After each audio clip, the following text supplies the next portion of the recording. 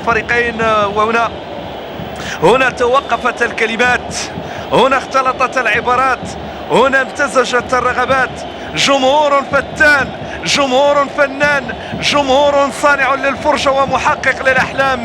أحسنتم ووفيتم وأبدعتم يا أبناء فاس، فلكم الكلمة ولكم التعبير في هذا اليوم التاريخي والكبير. عنونوها هم وكتبوها بالبند العريض، قالوها بصريح العبارة: القلعة الصفراء تغزو القارة السمراء. اليوم نتابع صورة معبرة لجماهير مدينة فاس. الله على روعة الجمهور الفاسي وحلاوة الجمهور المغربي. أقنعتمونا أمام الأسود بويلكم باك، ودهشتمونا أمام الترجي بالوينرز وضيافه، واليوم الدور عليكم يا فترة تيغز وكل اليوترات الفاسية. صور غاية في الروعة، صور تأتيكم مباشرة من هنا من مدينة فاس.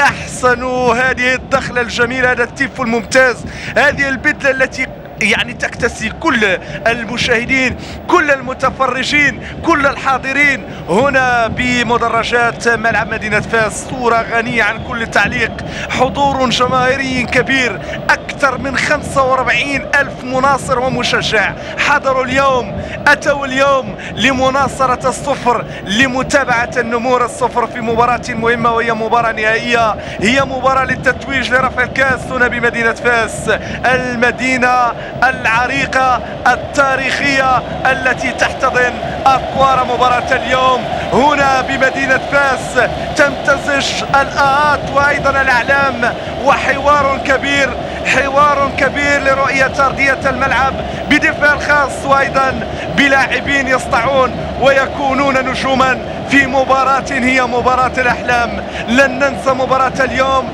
نريدها إن شاء الله فاسية، نريدها بالحضور، نريدها أيضا بالأداء والنتيجة. هم يبحثون عن التتويج، ومن حق هذا الفريق أن يصل التتويج. نظرا